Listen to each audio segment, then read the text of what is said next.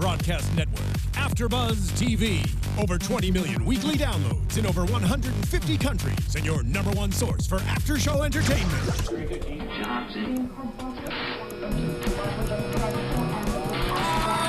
AfterBuzz TV, the destination for TV superfans. Producing after shows for over 300 of your favorite TV shows, interviewing celebrities and showrunners, and bringing you behind-the-scenes exclusives. All thanks to E! Entertainment's Maria Menounos, producer Kevin Undergaro, and internet leader Akamai.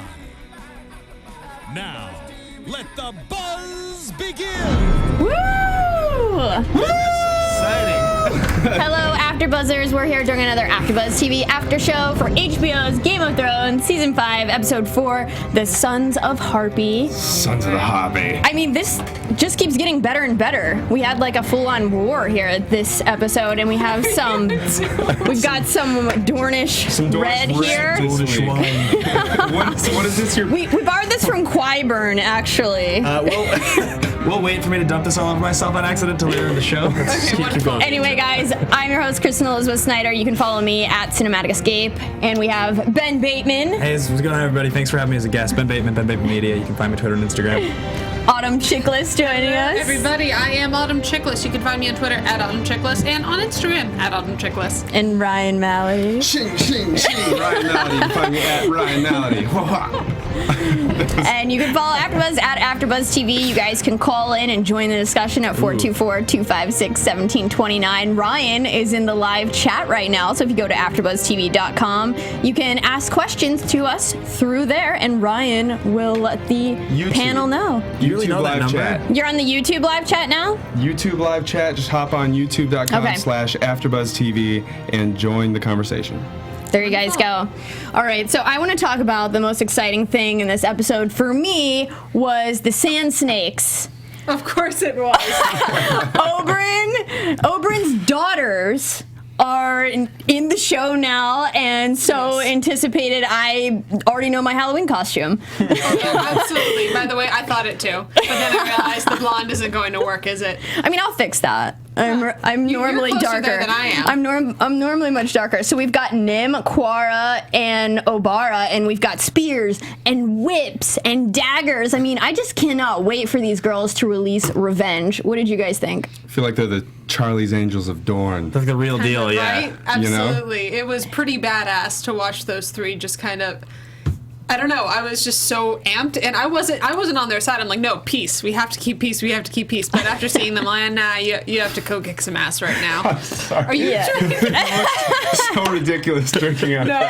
May It's I? like it's big enough for the mountain or for Hodor. It's like Hodor's chalice. To the sand snakes. Yeah, exactly. The sand snakes. Yes. I thought that the sand snakes were pretty sweet. My only complaint was that at the end, when they're having the conversation with their mother, and the one sister goes on like kind of a needless exposition rant, where she's just like, story from childhood, I'm a badass, which was kind of No, there was no need for that. No, there was absolutely need for that. No, Oh, yeah. all that was needed of that moment. You could have cut the entire monologue. All you needed was spear through the head. I've been ready for this my whole life. Yes, Just throw the right. spear. I made my decision long ago. Yeah, exactly. That's all you needed. I feel like that happened a lot in this episode where they ask a yes or no question, and then it kind of goes into, well, back in the day in the lands and the streets of Essos, the streets of like a Tywin Lannister story, right? Well, I don't think Alaria is their mother of all of them. I think these are all the bastard children of Oberyn. So That makes sense, So they got to stick together. Yeah. And it really is like an empowerment for women. You could just feel it. You know, it's like I feel woman it, power like, and I'm they're- ready. And they're Where do I lovers, too. sign They don't up? even need men. They don't need men. They have like Absolutely. leather What do you need us vests for? and like kind of almost like onesies kind of. They look like they're wearing rompers a little bit. I was thinking that, honestly, I'm going to be rompers. honest, I was looking at those outfits going, oh, I could. Men are just I could target rock one of practice those. in the land of Dorne. Licensed Renaissance romper. It's a good name. So obviously we have Bronn and Jaime coming into Dorne, Yes. and this is about the worst time they could be doing this because now we've got the Sand Snakes seeking revenge, and they're there for Marcella. Yeah. But the merchant actually was going to sell the information that he had snuck Jaime there. Of course he was. Right. I mean, there's no question that he was going to. I can't believe Jaime was dumb enough to think that a bit of gold was going to keep him quiet. I know, especially after him and Brienne got caught that one time by, remember the guy they let slip through their fingers? Yep. You'd think Jaime Lannister, maybe he's turning over a new leaf. Gotta just ice people. Stupidity? I mean, that's just Game of Thrones 101 is you really don't is, just trust people, especially when your life is on the line and you should not be where you are going. You should just kill them. That's pretty much the story. Because everybody dies anyway, so like... In Game of Thrones, you either live or you either win or you die. Yeah. Gotta kill them all, Game of Thrones. I mean, the merchant, though, they buried him. Only his head sticking out. I imagine it was hard to breathe. There's a scorpion under there with him. And then he gets a spear through the head. I mean, these girls are going to be, like, epic murderers. That's what happens when you're greedy, I guess. Looks that way. The merchant, he wanted more money. He tried to sell out Jaime Lannister. I think he got what he deserved. I'm still thinking about the girls and how epic their killing is. What do you think about him dropping to Bronn, how Marcella's his niece? Obviously, Bronn, like, called him out there. Right. Oh, right? yeah. He And called him out a lot. Yeah. He said, yeah, your niece, and then kept going on about it, and then Jaime obviously had his, it has to be me moment. Right.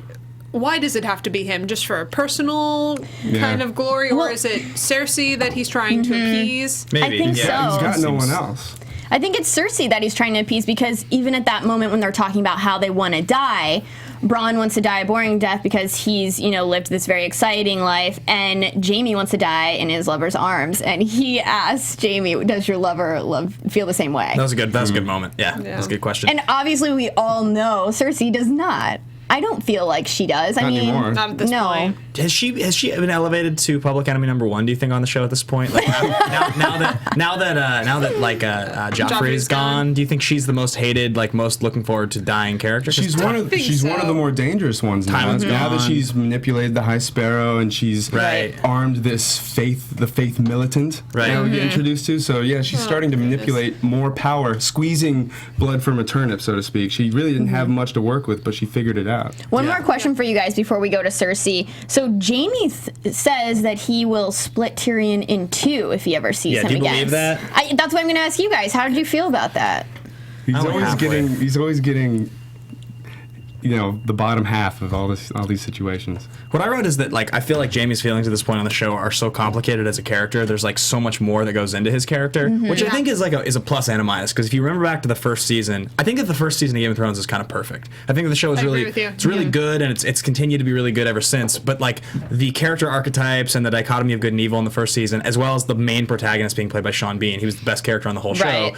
Everything just worked out, and Jaime Lannister really, I guess you understand his motives. He's a more interesting character now, but it's hard to really figure out where he stands, like who he stands with, how he really feels about everybody. I think he knows he's been manipulated by Cersei to some degree. I think he loved and he hated his father to some degree. He loves his brother, he hates his brother. I don't know that he would kill him. I don't really... I have no idea. At this I don't point, think he would. At this point, the only person who I'm sure, or the most sure I can be with his character right now that he will stand by is Cersei. But other than that, pretty much everyone other than maybe his children are fair game. Did you guys? The one thing I really liked, just before we move on, is that in the sword fight, with the one-handed sword fight with the left hand, I liked that they didn't do the TV thing where they were just like, all of a sudden he's good at fighting with his left hand. They showed you the struggle that he had trouble learning, and he's still bad. Like, that's great, because that's very realistic. It's like, you can't just learn to fight with your left hand in like a couple months. No, Game of Thrones is great in that way, though. The one thing one of the many things actually I love about this show is that it doesn't do the magical TV thing where everyone gets along at the right convenient moments and you know how to fight all of a sudden, and things just happen to work out in a way that they wouldn't. It did happen to work out, but because of the hand move, which I thought was awesome. Right. I mean, that's a new life-saving move that he said was luck, but obviously that's going to come back in the future and save him, because not a lot of people know that. How did you not think? I mean, I guess how did you not think of that? Because you don't think of that, but... Especially because he's wearing that black glove, no one knows. Right. Yeah. Exactly. So he's got a little bit. He's got a secret weapon now. Secret shield. Sure. Yeah. In ways it's even better because it's defense. It's its own kind of like mini shield. Slap. Maybe you can get some attachments. Do like a little, a hook one day, a spear. I got plenty of hands, right? Yeah, right. Man of many fingers. What about Bronn saving Jaime from the snake in the beginning? Love Bronn. Do you guys feel like that's a little bit of foreshadowing? Maybe. because you see these guys are automatically such a cool duo, but it's like, is the trust there? No, it's just and when he wakes up getting sorry. I have to do keep it. going, please. Yeah, well, when he wakes up thinking, for a split second you think, is Bronn gonna stab him in the face? That not only gives the viewer some distrust, but you see it in Jaime's eyes too. Do I really know this guy as well as I, should I really have taken him with me? It really was his only option though, because Bronn's a badass. Yeah, I mean, I love that Bronn is back to like his combat days. Like we get to see him fight a lot more. Like this season's gonna be really exciting with him fighting. I think he's one of the best fighters in the show. However, Absolutely. I don't know that he's gonna make it back. I don't you think know. so? I don't know either, and No. it breaks my heart. Because they were talking about death and whatnot. Yeah, of course. But between that and like several kind of shots, though, I know this is good. What is this? Where can I purchase this? Qyburn. Yeah. Well, Send a barrel to Important. my corner. Refill the chalice. So let's all joking aside, though, what you were saying really quickly, what I was going to finish with is, it breaks my heart, but all signs lead to the fact that he might not make it back, just from Right. a dramatic standpoint, and that is so devastating to me because one, he's a certified badass. Two, Big time. Yeah. Two, he's so funny. Just everything, his personality, the dialogue that is written for him, it's just so charming and silly, and he calls people out in a way that is so refreshing on this show. Yeah. You need him. Damn it. I guess they'll probably kill him, though, because we love him. You kind of have to replace him if you kill him, though. And with I think so. like Prince Oberyn dying, that's like another character who has like a similar tonality on the show. Oh, yeah. There's like not a lot of characters that have that tonality, so I definitely think you need him in the show, because otherwise the comic relief and like the guy who like kind of grabs the kinghood, the royal whatever by the nuts is gone. He's important. I'm gonna drink some wine. Keep going. Ryan, should we check in on the chat? What are the fans saying? Yeah, well, I was just asking about Tommen. Everyone says he's just too nice to be a king. Sorry to jump. We were jumping from Yeah. Bronn. We can go to Tommen I now. just asked would you die? Because they were asking each other, so how would you Right. die? Blah blah blah. And I think the answer is honestly the same for everybody. What is it? Warm in my bed with a belly full of wine Yes. and my. No way. And a horn Apocalypse wrapped out around of an my- airplane. Just boom. No, Autumn's going to war before she dies. Hell yeah. Go out screaming. I don't know how I want to die. I feel like that's a... I don't want to. I'm not dying. We're not. We don't die here. Exactly. On AfterBuzz TV. Not in the Game of Thrones. No. We're on like another realm here. Anyway, let's go ahead to Cersei. Now she found a new army. She has given the High Sparrow, the leader of the Faith, now like the militant power. That was She's armed messed up. them. The Faith militant presence is now back. And what's really creepy about this is like this sort of brainwashing powers, and these are people who aren't following like a house, rather like a religion, So it's very creepy boy. and like brainwashing, and there was like some self-mutilation going on there with Lancel. I mean, how did you guys feel about Cersei now arming these High Sparrows? Well, And you don't arm religious zealots in that way. You just don't, Yeah. especially not in this world. The truth of the matter is when you... I mean, I think she has some semblance of... she knew that this was going to... Absolutely. She knew what this was going to do, but... First of all, that whole sequence was brutal. Like, And the this music? this part, that hurt me. That, Yeah. seriously hurt me just to watch. And more to the point, now you have an armed... Militant. Group. The Faith militant. Yeah, of religious zealots who they don't listen to the king, as we saw. They Well, don't care. And it's not that who I'm would? for the kingship, or it's just now you're going to get into religious war. Right. And that's dangerous because Very dangerous. you're living in two different planes. You're living on Right. people who abide by the law of the land, I guess, and then people who supposedly abide by the law of God. Religious law. Yeah, exactly. The equivalent of fundamentalists. Yeah, oh boy. Here we go. So one thing that I think is really interesting about the faiths Militants. faith militants. Again, speaking about the first season, how everything was very self-contained, and then comparing it to now, I think that this show succeeds in a lot of ways when it tries to expand plot lines and give you clearly pieces that were in the book and were important elements of the book. Other times I think it fails, like when Theon became Reek isn't a great example of one where it's just kind of feels like a waste. Like in the book, apparently that's like a huge plot line. It really has a lot of weight to it. Where in the show it feels kind of rushed and like corny, I guess, because there's not enough context for me. The same with this, where I'm just like, you're bringing this enormously influential, powerful, and like kind of sadistic cult of people to be sort of a pseudo enemy. And I'm also just I kind of feel like this is like complicating the plot in a way where I don't really need this, because there's not enough background for me. I don't feel like they're, I don't know. It just, where is it going? See, that's the thing. Well, I think come from more so. Like, this just came out of left field to me. But That much I agree with. I definitely think that it has come out of nowhere, but the thing, I was actually thinking this while we were watching, is Game of Thrones has a way of bringing things out of nowhere and making them remarkably important and relevant. Yeah. And giving them the gravitas that makes it all work.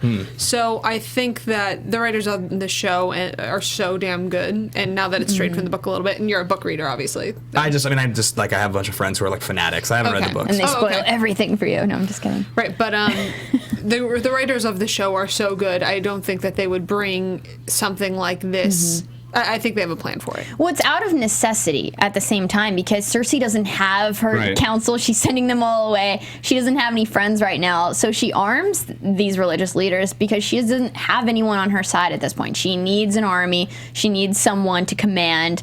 But the problem is, like, they're not pledged to her house. Like we discussed, they're pledged to a religious leader. So there's no taming them. And I think this is going to turn on her. Yeah. She's like, she just released the mad dog. It's like she just hired the Joker. It's like, you kind of want to start singing like "Who Let the Dogs Out" a little bit. A little bit. But yeah, you're right. It's absolutely an act of a desperate woman to hold on to power and authority, and it's going to be interesting to see how the Crown takes care of it, because Tommen isn't getting any respect. We have some interesting insights from people. Akash says, I didn't see a tactical advantage in Tommen's move. I saw fear and a reluctance to show any power. Everyone's chanting the same thing. With as nasty as Joffrey was, we didn't want to see him at all, but we loved to hate him. We loved to hate him because we knew what he was. Right. But with Tommen, it's like finally he's like the polar opposite, though. He's too nice. He's too nice. He doesn't have any respect. He doesn't command any power. And you can't run a kingdom like that, especially in the Game of Thrones. No, I mean, this scene right here just kind of spelled disaster for his reign. And Cersei's sending the council away. And the Iron Bank wants a tenth of their debt back. We'll never get it. Yeah. They're sending Lord Tyrell with Sir Meryn. Yeah, with Sir What did you guys feel about that? I mean, I was like real shady, right? Right. Yeah, it was real shady. I felt like she was sending Sir Meryn to take care of him. Oh yeah, kind of felt that way. Yeah. Well, she's tearing up Marjorie's family. She's taking Loras. She's getting rid of her father, Lord Tyrell. She's like, that's what happens when girls. Well, but Marjorie's calling systematically kill their entire family. Yeah, what was that? You think I'm a bitch? Okay, well, I'm gonna imprison your brother, and I'm gonna send your father off to die, and well, there's one main player that could return. We see Marjorie going off to call her grandmother the Queen of Thorns. Right. And she's sweet. The grandmother's sadistic. She's well, she was responsible for Joffrey's death. Yeah, she's great. I adore that woman. So she's not afraid to get her hands dirty. I like her monologue from I think it was last season when she talks about the guy she was going to marry, and then she went to work and he couldn't walk the next day because he was gay. Yep. That was a very telling of she doesn't mind getting her hands dirty. Yep. No, not at all. And I mean, now obviously speaking of that, you have oh my god, who Marjorie's brother, help me. Loras. Loras. Yeah, thank you. Sir Loras imprisoned now, and obviously because it is known throughout the kingdom, or at least within the right circles, that he is gay. This is really starting to become very interesting, with considering it's been touched upon. The Red Keep's a mess. Yeah, well, it's the first time that there are now going to be consequences for that. I mean, they've talked about it, and he's even said, what's going to happen to me? What's going to happen to me? Well, something's happening. Yeah, big time. It's hard to figure out what... So, actually, this kind of brings me to a question I want to ask you guys. So, you always wonder whose show is it, right? Like, whose story are we watching? Right. And I think it seemed in the first season like it was the Starks. It sort of became Daenerys Targaryen's story. I think it still feels, mostly like it's her story. But at this point, with the Starks are pretty much dead, and the Lannisters are losing power by the boatload. whose show is it now? Is it Daenerys Targaryen? Is it her story from start to finish? When this is over, are we going to have seen like her rise to the throne? That's what I've been trying to figure out. I think it's Stannis. I think it's the North is about to come down. So you think it's the story about the North? Well, I mean, you're saying kind of who kind of has the sway, who has the advantage and the power. I mean, obviously the Mother of Dragons, yeah, but not. I don't think she's coming over quite yet. She's not ready yet. I think right now it's Stannis and Jon Snow, and they're going to be taking these armies down to the Boltons, and then keep it going a little further. Especially because there really is no strong leader in King's Landing. So I think from the north down, that's where the wrath is coming, and then from the south up from Dorne. Yeah, it's all coming. Sure. All coming My home. question for you: Yeah. do you mean in general, like what story is the Game of Thrones story about? That's what I mean. Okay, not specifically where we are now. When it wraps, are you going like in the way that?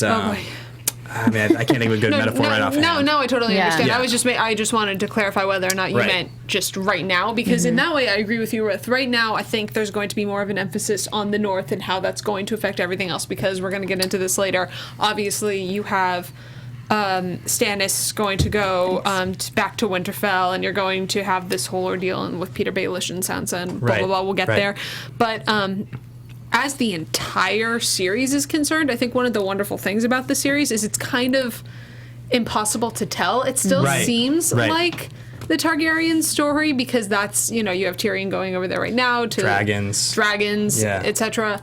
But that can turn so quickly. That can turn literally with a knife to the throat. Because it's so quick. People die in the show, and like, did you guys get the little like tickle in your stomach for just a second while you were watching? Where like, is Daenerys about to just get killed right now? Like, are we just going to see her die right now? Because no. Not even for a second. There was a little part of me that's like, she might just have her throat cut just right now, and that's just left field. No. Honestly, I feel like not this early in the season. Yeah, maybe the end of the season. But you're right. It totally could, though. That's the thing. It could. You're just like that's the thing about the show that's so remarkable in ways and wonderful is you'll have just like a close up on someone, and they'll be talking, and then there'll be a spear through that person's head, and you don't know what happened. Agreed. Right, but I think we need to clear out the adults first, right? And so the younger generation, like Arya and Bran and Daenerys and Sansa, so they can rise. So I think we're still eliminating houses. We're still clearing out the older generation, and we'll see the younger grow.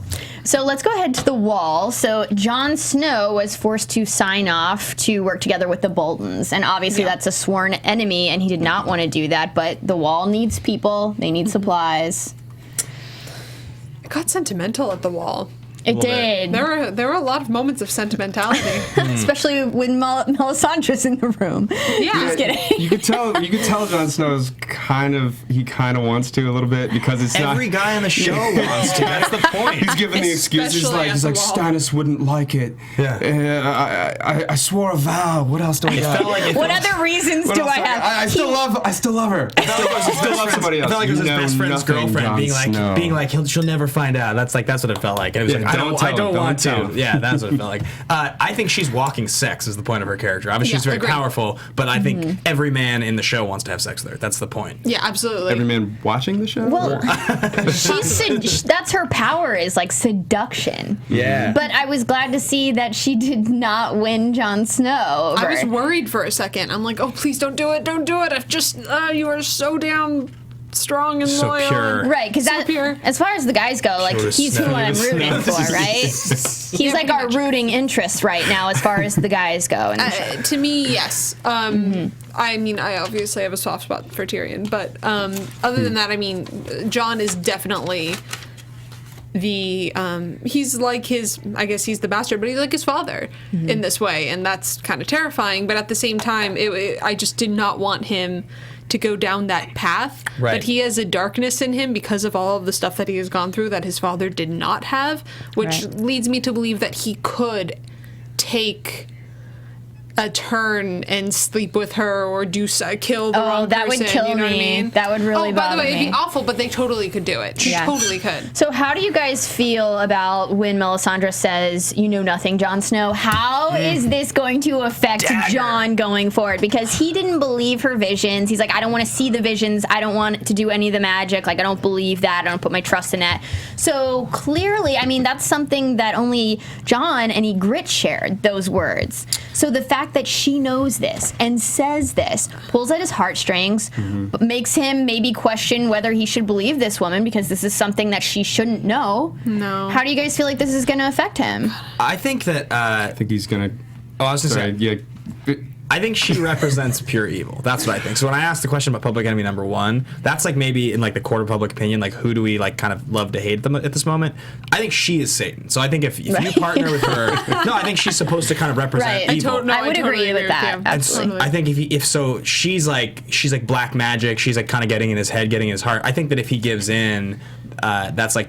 This, like horrible fates will befall Stannis eventually because he partnered with her. I think. Oh, it can't happen. So Jon Snow, they're setting it up to happen, but it can't happen because she is pulling at his heartstrings. I think that is going to pull Jon Snow into Stannis' corner a little bit, right? In a way that maybe he's not going to have to break any vows, but he is going to find a fair compromise to join the cause, and the cause really is to survive the winter. Because winter is coming, and that's at the end of the day. Everyone kind of wakes up and smells that rose, and realizes that's what really matters. So let's figure out how to survive. Right. Protecting the realms. I mean, yes, he's sworn to the wall, but also, like Davos said last episode, like you're sworn to protect the realms, and that's why the wall exists. Right. So it's not like you need to just be here. And I hope he does leave the wall. I mean, right now, look at what he's doing. He's signing off on papers. I'm surprised he didn't just give that to Sam and just be like, you're better at this. You sign these papers. I'm gonna go fight because that's what Jon does. Delegates, right? Yeah, it's like he's even training the guys outside. It's like he shouldn't be in the office.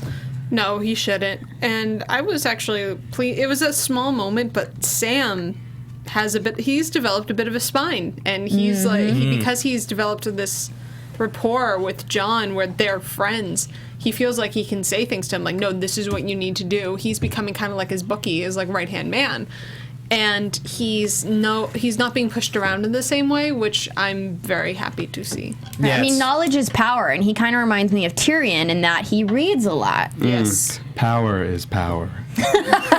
So here's a question I wanted to bring up. So everybody on the show speaks with a loosely British accent, right? This is like something that you've noticed, like this, Lord of the Rings. They're all kind of like that. I haven't noticed it at all. So let me just ask each one of you guys if you could like choose your sweet British accent to have, because you have some like this, Your Grace, like that's like Davos, right? Yeah, that's pretty good. Oh, some like this, Your Grace. There's like different tonality to it. Yes. Like, what would your ideal accent be? Absolutely. Mine would be Whose is your favorite? Oh, Peter Baelish. Oh, Peter Baelish. He's good. Yeah. He's like, that guy's like dirty. He's like his voice is creepy. What's it called? He feels like his name should be Dirty Sanchez. The way that he talks, and he's got the mustache. He's like really creepy to me. If I were going to speak, no, you can absolutely do it. If I were going to speak in a British accent, I'd want it to be I wouldn't want it to be completely proper, but I want it to be something like this, where it's still respectable. Sure. I like that. Okay. I don't know. I just like the way it sounds. Just someone sitting on my chest. What about you? Oh, sand snakes all the way. Like they've got the passion and the anger in their voice, and I can't do it, and I'm not going to attempt it, but I love them and everything they're about. I think my favorite's like the Ned Stark accent. It's like I feel like I won't be able to do it justice, but it's like I'm here to save the castle, like I rule over my. I can't do it. You were doing Jorah earlier. Jorah. Actually, I take it back. Just season 1 Jorah, because now he was more of a cartoon character in season 1. Everything he said was the same. Now he's like got a heart. But in season 1, it was always just like, not today, Khaleesi. Yeah. Exactly. That's very good. No, we could do this. We could do this the best of the show like this, but actually not. But Stannis and Shireen. If we can just like talk about that, because they talked about sentimentality. Coming back episode after episode. There's something significant going on, and I want to kind of tie it back to what you were talking about the younger generation. And I was thinking this when Sansa was lighting the candles, and I was thinking about Shireen when we mentioned that she's becoming relevant. We do have this cast of young characters who we could kill off every adult character in the show, and we still have plenty of plot lines twisting around to make a perfectly fine show. I'm not asking for that. I'm just saying that it could happen. So they're building her character in a way that she's mentioned, but now she's becoming significant. And the more I think about it, there's so many characters who played a backseat role who now it's their time to stand up. And as they get... This show can go on forever because it's about family bloodline. Unless the White Walkers kill all of them. And then...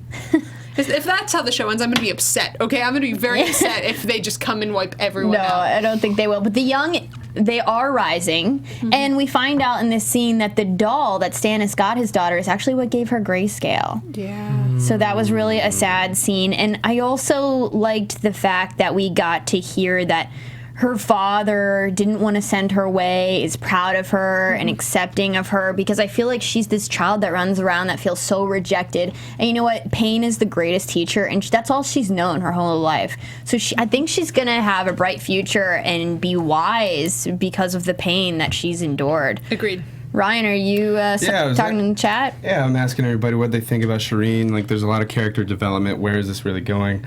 Akash thinks Shireen will be given to the Lord of Light, but someone will rescue her. People are bringing up a good point that she has King's blood, grayscale and King's blood. And it was King's blood that Melisandre is after. She's kind of just keeping her there, maybe, on reserve.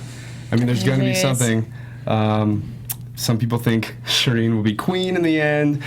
Some people think Shireen is a dragon. Oh. Shireen's a dragon. Shireen's a dragon. Because the grayscale?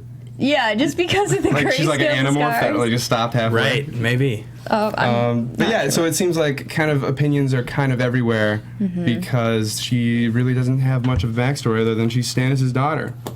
Well, I'm just glad that she doesn't feel rejected anymore, and we got to see that nice moment with Stannis, accepting his daughter, because her mother, Selyse, is just horrible. She's like a battered woman. It's really weird. She has no self-confidence at all. She's like, it really feels like she's been, and the weird thing is that the two of them, the mother and the daughter, since the moment they were introduced in the show, that's the only position that they've had the whole time, has been like rejected. We're not as important as the Satan woman that you're with, and like the mother is just a bully. Yeah, the mother's like, I'm sorry I didn't give you a son. I'm worthless. This woman's better than me. Our daughter's a disgrace. Like it's. Yeah, I'm not going to miss Celine when she finds her demise. So let's go ahead and move on to Sansa now marrying her sworn enemy Ramsay Bolton, and this seems inevitable, and obviously I feel like Peter Baelish is, wants her to become Catelyn Stark and wants to end up with her on the throne. What'd you guys get from this scene? That pretty much. I thought it was interesting how the scene opened with Sansa at Lyanna's at the grave, And she picks up the feather and blows the dust off. That feather was placed there by King Robert when he came to get Ned Stark to ask him to be hand of the king in the first season. Nice callback. He placed the feather. Are you watching the first season again right now? Are you? Because I feel like there's no way you'd remember that if you were. No, I get out of here. This guy's got a great memory. I'm a fan. No, I remember that he put that feather there, and she just came and found it, and it seems like it kind of just wrapped up that whole chapter of Winterfell and her life. It's just a completely new place now. It's a new story, but she's finding her new place in it. Peter Baelish, he finds a way to kiss this girl, kind of let her know, you're really mine. Oh, good one. That's good. You did good there. It's like she doesn't really know what to do with herself. All she's really ready to do is survive and just take whatever comes. To a certain extent. I don't think that she's just going to take whatever comes. I think that she's starting. We established earlier, we were talking about the fact that she's really starting to learn how to play the game. I don't think she necessarily knows her plan of action yet, but I think she's calculating. I think before, what we saw from Sansa is someone who was just taking whatever came and taking whatever came. But the Sansa that we're seeing now, I think, is cold and calculating and is looking not only Peter Baelish, but everyone around her behind their back and trying to maneuver. He even says you've learned maneuvering from the best, which obviously he was referring to himself. But I think that she has, and she's starting to get there. So I don't think she's just sitting there and taking it. I think she is starting to plan. That's fair. She's definitely learning. How does Sansa feel about Peter Baelish right now? This is what I think. I think that she recognizes, and she's learning to recognize, that his weakness is that he has a heart for her, and that he's super conniving, and he's really strategic, and he's great at playing the game, but he in fact has eyes for her, like in a romantic way, that she can take advantage of. That's why I think she's buying in. I think she's classic woman psychology. Take advantage of it in what way, Person psychology, I mean. Here's the thing. I think... I think that Sansa definitely is gaining some feeling for Peter Baelish. I mean, you just don't exchange kisses with someone and rely on them to get you from place to place and believe in their plan and then not gain like any type of feeling or connection to them. So I think that there is some sort of connection building between those two. But I think that Peter Baelish's ultimate demise will come from Sansa. Just like you said, I think in the end, maybe he breaks her heart or whatever, and, you know, she takes his life. I can't wait. I'm super excited. I don't know whether or not she is forming a romantic interest in him necessarily. A connection can mean a lot of things. He's the only one who's protected her. Who's consistently gotten her out of situations she didn't want to be in. And I think she knows that he's using her for power plays, but he also she knows that he does care about her, especially because he cared so much for her mother and so much for her aunt. Isn't that kind of weird? So she really weird. Right? No, I mean, we've seen some weird things. But what about that moment when she says to him, "Well, I guess I'll soon be married"? It was like she was inviting him to do more. That's what I felt, because I'm soon going to be married. Like, there's something here. She was like, take me in the catacombs right now. That's what you got? I don't know. It was like if she was basically saying to him, if you intend, because what I'm feeling is you're intending on, like, taking me, on top of the world with you. Right. You're not going to be able to do that if I'm married, right? As in, what's the next move after that? If Jon Snow and Stannis doesn't come and, kick Ramsay out of bed, how am I going to take care of him? Am I going to have to kill him? Are you going to kill him for me? What's the move? That's what I got personally. What's the next move is what she wants to know, and he's just like, pats her. He's like, yeah. Something I want to know. He has a plan. Something I want to know with the Ramses characters are like the whole entire plot line that we got with, obviously, after the Red Wedding, the Ramses' father becoming Warden of the North, and the Theon Greyjoy becoming Reek, and that just the entire sequence that's brought us to here now. Where do you guys feel like your sympathies lie with those characters? Because it's like none of them are really good guys. Theon wasn't really a good character when he got decapitated in that way, and Littlefinger is not really a good guy. He's sort of actually almost the opposite. So like, whose side are you guys on? Like, who do you think is like the person that is most likely on a moral end to come out on top of all these characters? On a moral end? Like, who do you think deserves to win of all those, just of those characters in that, like, well, Battle for the North obviously we all hate the Boltons because they killed the Starks. So, okay, they're evil. So they're the bottom. Like, they need to go. Yeah. So Theon, where does he stand? Theon is just like broken. He's a broken China doll. He's broken. He's not coming back from anything. So you're on you're on Sansa and Littlefinger's side then. That's of course. At this point, I'm definitely on. Of course. I think of all of them. Unless the thing about Littlefinger is he a good guy? No, I'm not going to say that morally he is. He's morally the superior. He's not flaying people. I take that back. But anyway, I digress. The point is, more than Littlefinger, he's charming. Sansa is morally the most, like, okay of them. Are you guys hearing that? Yeah. Sorry. So I wanted to ask you guys. The ghost of the crypts of Winterfell. There was a lot of talk of Rhaegar in this episode. So what do you guys think? Why are they bringing up his story again? Where are they going with that? Maybe we're going to see like a possessed skeleton Rhaegar like we saw a couple episodes. No, that's not going to happen. I don't know. I thought it was... Yeah, it was some exposition on Rhaegar. It is true. It's been a while. They were talking about him singing, and they were talking about how, he passed, after winning a tournament, he passed up his wife and then gave frosted roses to Lyanna. I think it's just to remind everybody. It's to remind everybody where this all started, where this all came from, the roots of it, to get us to kind of like this character, so that we can kind of endorse Daenerys' claim to the throne again. Like, so she does have a claim. And we like this guy a little bit, and he also kind of started all this. I think it's just a reference back to kind of plant our feet again from the beginning. That's a good point. Speaking of Daenerys, let's try to get to that really quick before we're out of time. Well, let's talk to Tyrion and Ser Jorah's journey now to Daenerys. Do we like Tyrion and Varys, or do we like Tyrion and Jorah? Who are we shipping together? I think they're all going to end up finding each other, but my favorite part is the first question he asks is, "Who are you?" And the second question is, "Do you have wine?" Yeah, it's good. Yeah, that was great. One thing, you know what? I said this like episode 2 when we were talking about this. about exposition, Right. and I want to clarify something because I know a lot of people were talking about how you need to have exposition in a show like this. I completely agree.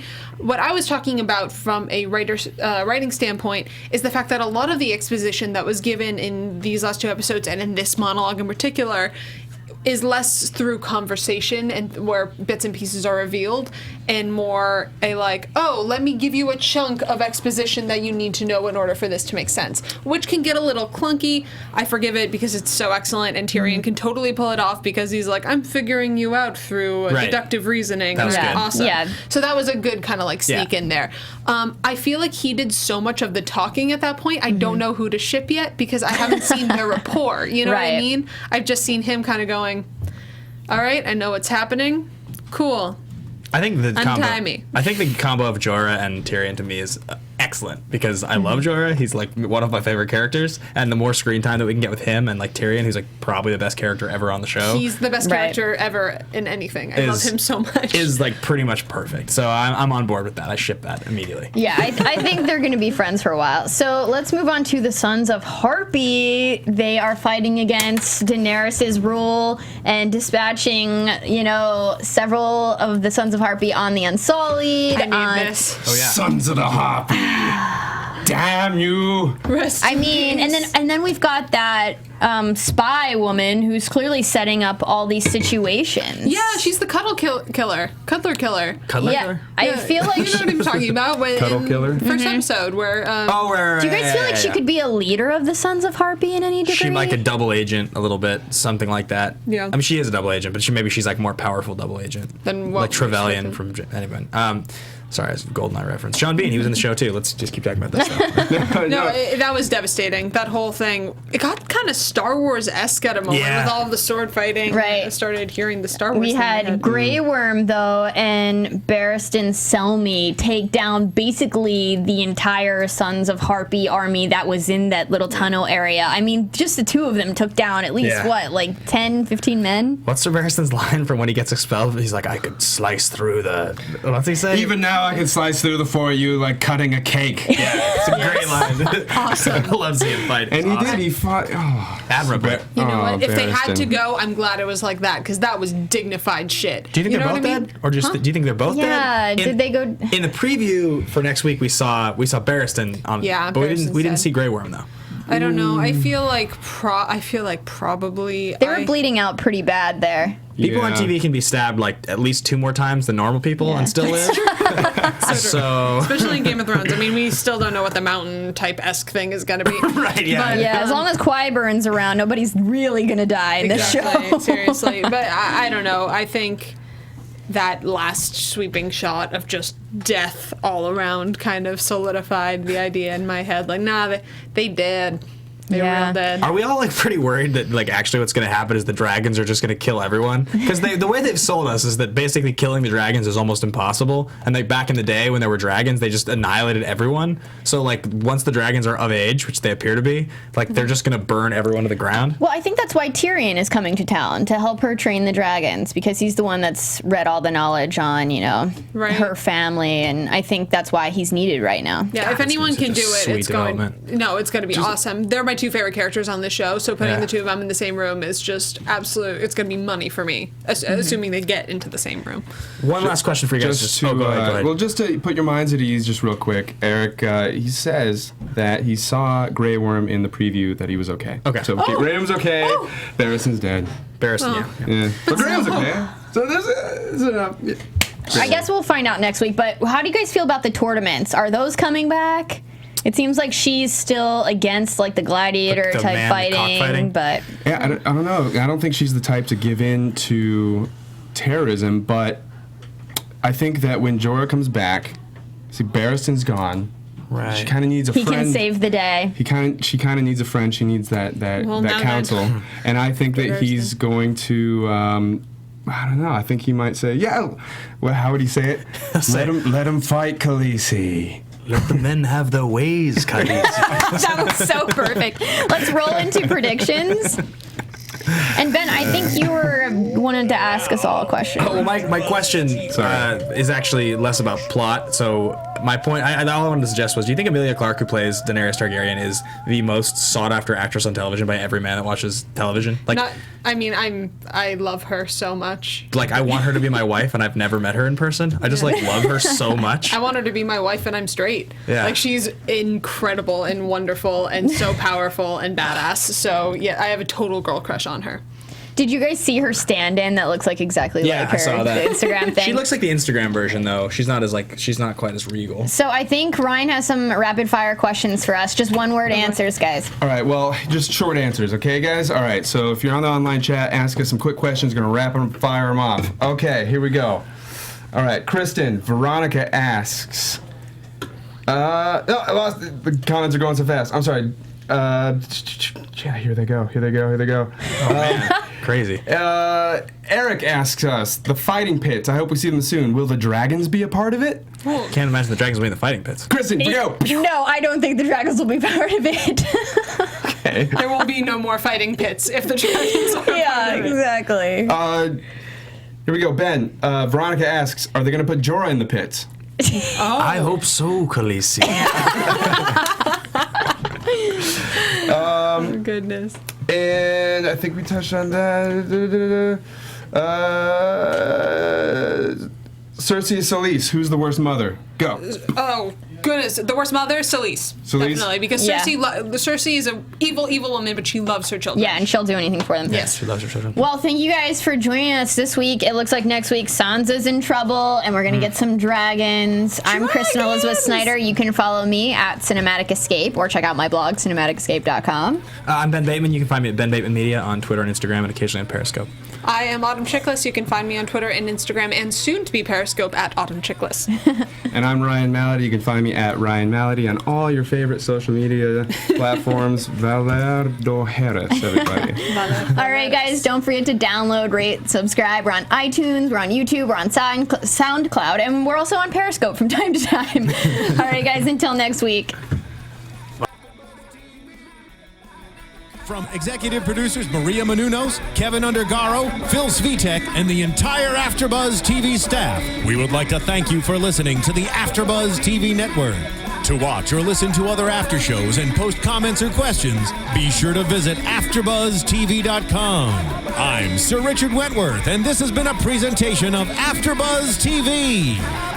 Buzz you later. The views expressed herein are those of the hosts only and do not necessarily reflect the views of AfterBuzz TV or its owners or principals.